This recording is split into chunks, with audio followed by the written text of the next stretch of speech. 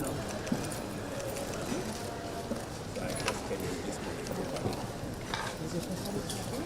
first time is that.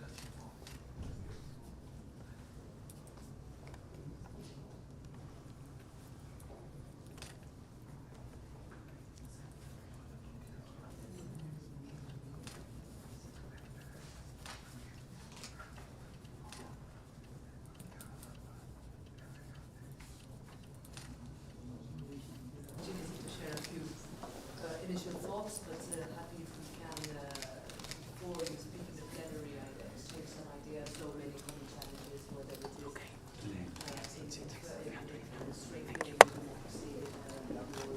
strengthening democracy, leadership.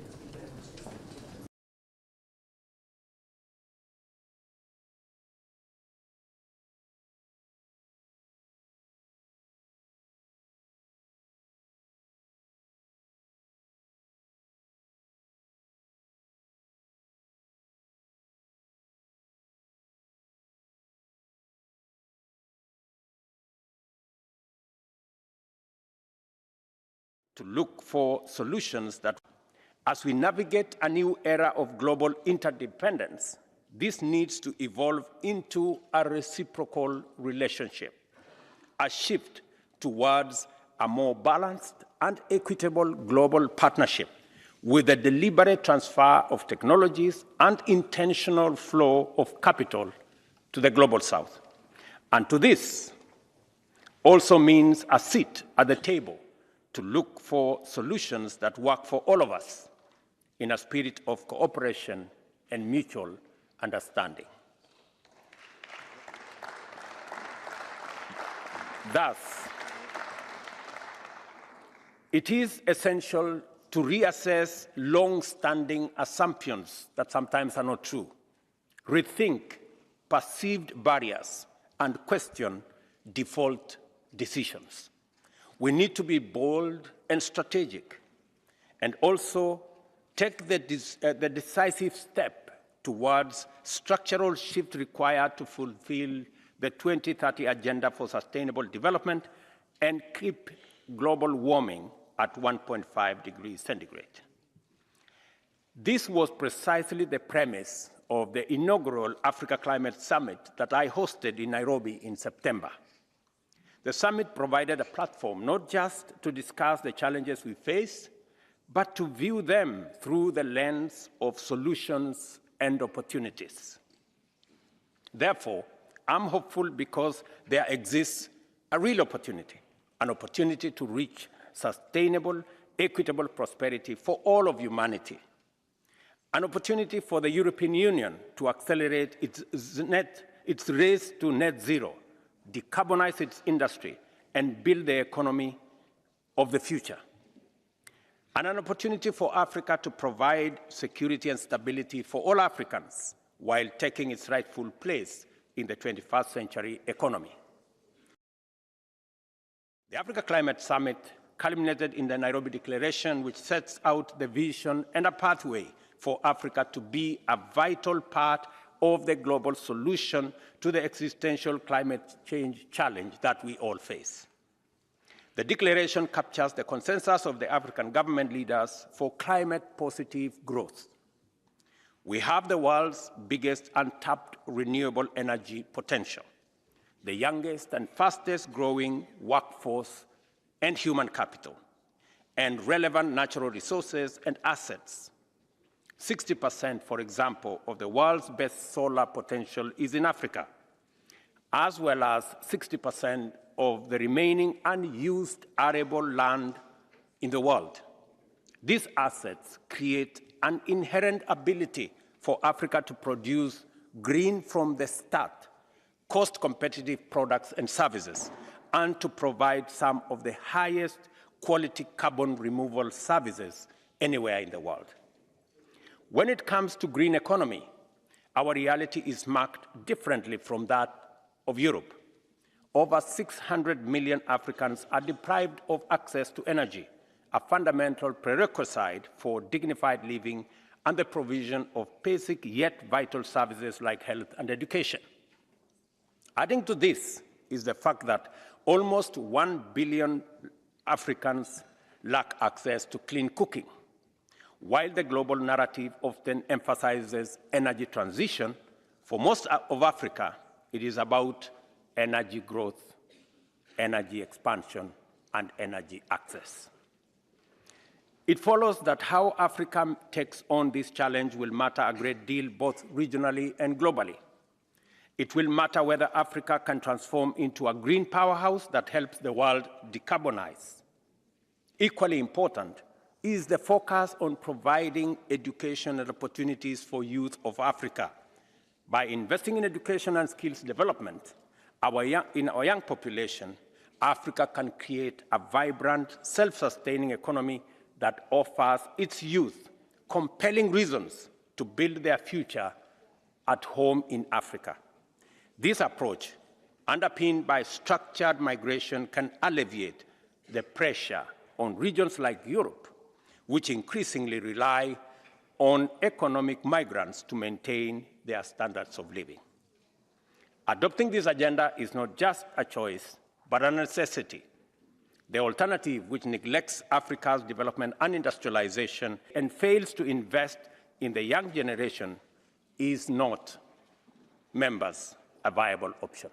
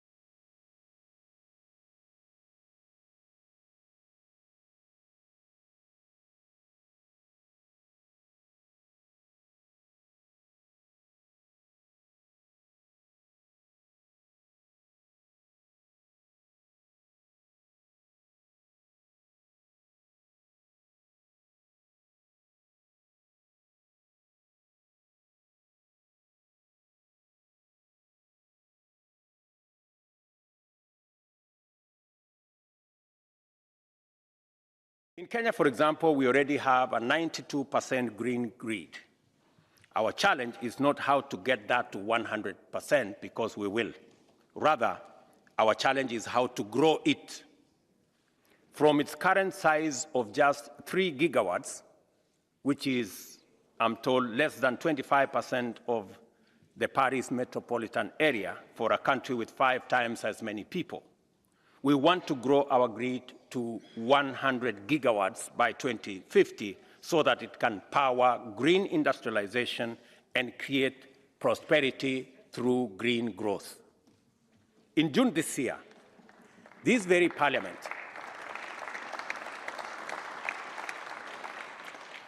In June this year, this very parliament adopted legislation to create the enabling environment for the domestic production of 10 million tons of green hydrogen by 2030 and the import of a similar amount in order to green EU's industry. African countries are recognized as potential producers of this green hydrogen, and we welcome the collaboration. Kenya, for example, is developing a plant to produce green fertilizer, which will reduce our import dependency, and we have an opportunity to export green hydrogen from our geothermal resources to Europe. Another EU-relevant example is bauxite. Africa currently mines 25% of the world's bauxite, yet exports almost all of it in raw material. If Africa's renewable energy potential were deployed to smelt currently mined bauxite into aluminium, we could save millions of tons of CO2 equivalent and generate hundreds of thousands of jobs in our continent. And aluminium is just one example of many. Green steel is another. Not to mention Africa's significant global deposits of critical minerals, or our potential to produce sustainable fuels. By tapping into these resources and employing green technologies, Africa can contribute significantly to global decarbonization efforts while boosting its own economic development, creating a win-win scenario for both the continent and the world, while Africa, as a source of raw materials and market for finished products, contributed to Europe's industrialization. There has been tremendous growth in technology and capital. It is, ladies and gentlemen, I request, it is the turn for Europe to deploy their technologies and capital to now unlock the huge green energy resources to drive green industrialization using the natural resource endowments in the continent, global green products and services, create jobs, and at the same time, decarbonize Europe and global growth. In the last 2 decades, global investments in renewable energy soared to an impressive $3 trillion US. But only a fraction of this, $60 billion US, or just 2%, found its way to Africa, despite our enormous potential and urgent energy needs. A critical obstacle in this journey is the prohibitive high cost of capital. Private investors are demanding high premiums, in great part on perceived risks. Consequently, we are burdened with borrowing costs at least 5 times higher than those of advanced economies, creating a vicious cycle of debt. This disparity not only hinders our progress, but also makes any meaningful development financing unattainable. This situation is indefensible, both morally and economically, and changing it is possible.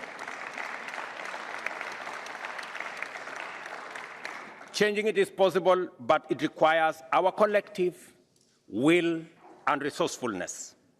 Above all, it requires new forms of cooperation that are based on mutually beneficial strategies. Europe has been an ally and a partner to Africa for many years, encompassing a broad spectrum of initiatives that are very important for our continent, from economic cooperation that fosters trade and investment, to the vital steps taken in energy and climate change through initiatives like the Africa-EU Energy Partnership, and we are making very steady progress in that direction. Our collective efforts in peace and security, notably supported by the African Peace Facility, have been influential in promoting stability across the continent. In education and research, programs like Erasmus+ have opened new horizons for our youth, while joint efforts in health have underscored the importance of robust health systems. We are working together on migration management, focusing on issues such as combating human trafficking and addressing the root cause of irregular migration. And initiatives such as the Global Gateway have the possibility to open new avenues for cooperation. But we can, and we must do more.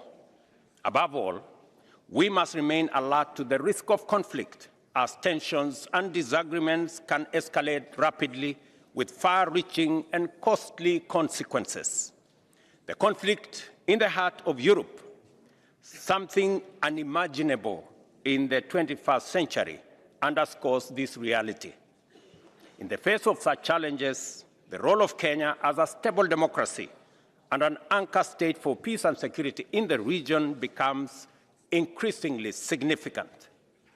As the Africa Union mission in Somalia is concluding, Kenya as a frontline state will continue our support and collaboration with the government in Somalia to fight against terrorism. This ongoing commitment is crucial for maintaining regional stability, and we count on the EU bilateral support for our efforts in this regard.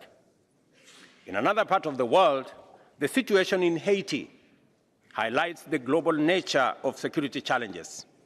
Grounded in United Nations resolutions, multinational security support mission will need some 5,000 men and women to address the challenge posed by armed gangs, estimated to be around 9,000. Currently, about 8 countries, including Kenya, are willing to contribute their forces to Haiti, but there is a clear need for assurance of international support. The support from the EU will be instrumental in bolstering the initiative, providing the necessary resources, including legitimacy. Madam President, members of this great august House, fostering long-term peace and stability goes hand in hand with building sustainable economic foundations. And Africa is mapping out the road for green industrialization and prosperity, so that it can play its rightful role in shaping a better future for all. In this endeavor, the partnership with Europe and Africa must embody a reciprocal relationship grounded in shared objectives and cooperative effort. This synergy has the power to drive transformative results for both continents. Concrete, actionable steps are the key to realizing this mutually beneficial vision. Africa's journey to become a green industrial powerhouse needs the right type and amount of capital, especially in renewable energy and infrastructure. Such investment could catapult Africa to a future where energy access is universal by 2030, simultaneously slashing emissions from energy generation in Africa by 80%. Secondly, there is a necessary complement to capital, market access. In fact, one of the biggest contributions that EU can make to both addressing poverty in Africa and achieving global climate goals is through its demand for green products and services, including for carbon credits. Africa wants to compete. Crucially, we are not asking for further exemptions or a lower bar, but with high requirement on quality and integrity.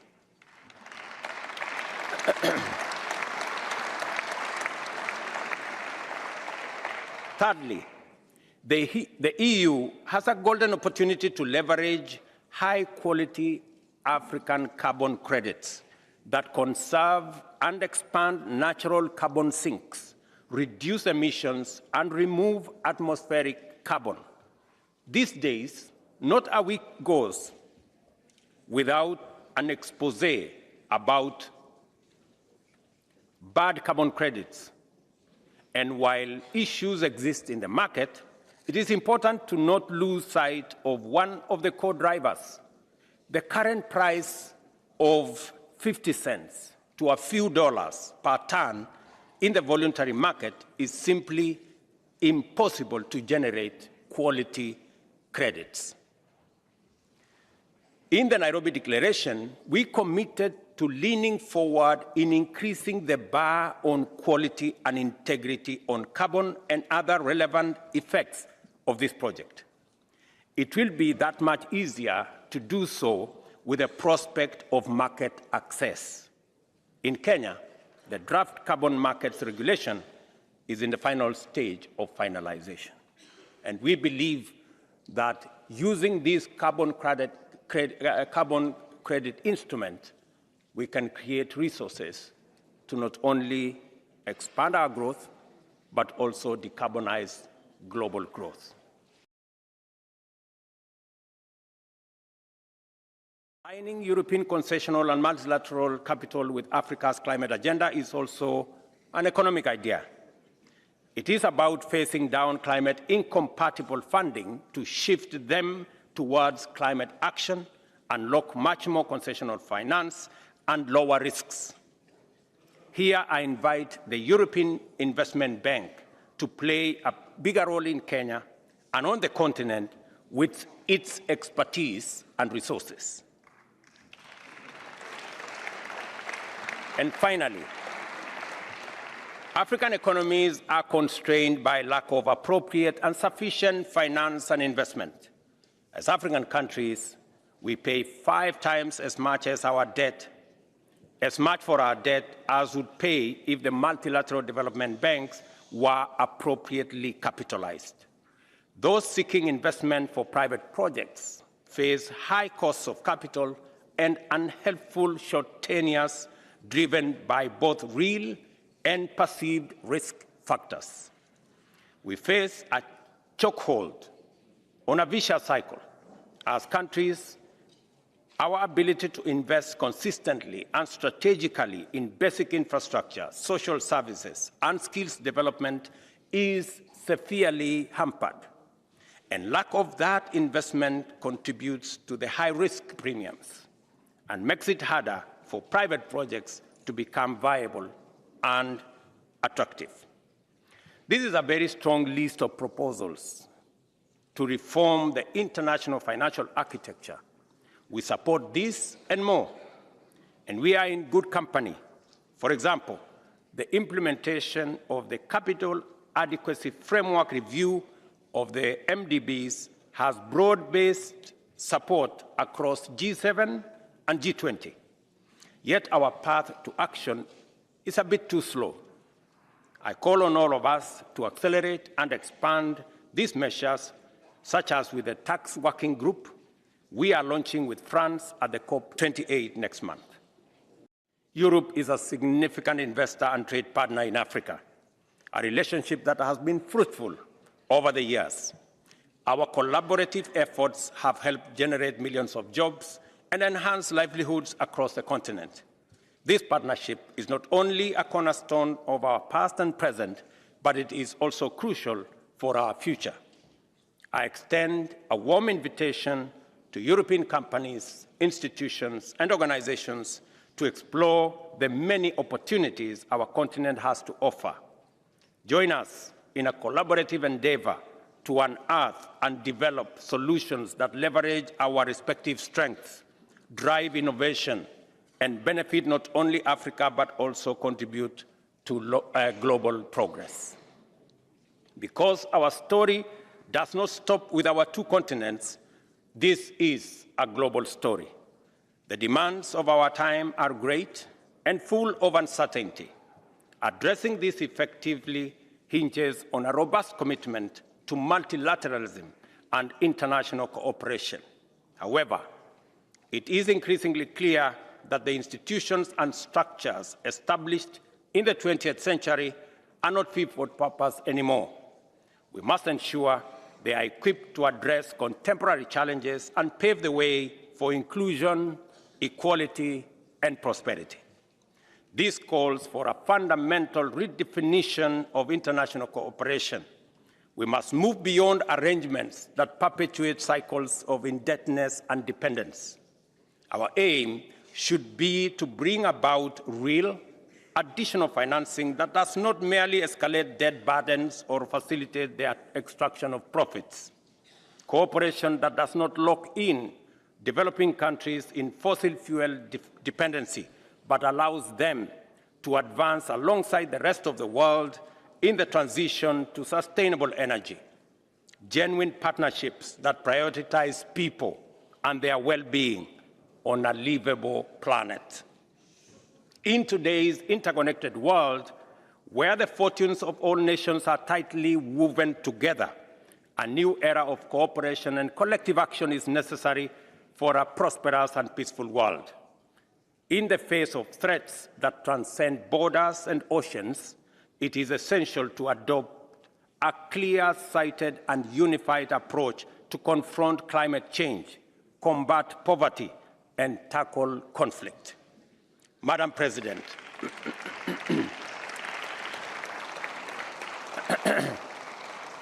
Madam President, honorable members, the annals of history are replete with instances where collective action has achieved what no single nation could accomplish alone. We are acutely aware that our decisions and actions will significantly shape the 21st century. Years from now, future generations will reflect on this era, scrutinizing the choices we make in this moment. Let it be said that we were visionary, not just preoccupied with the present, but deeply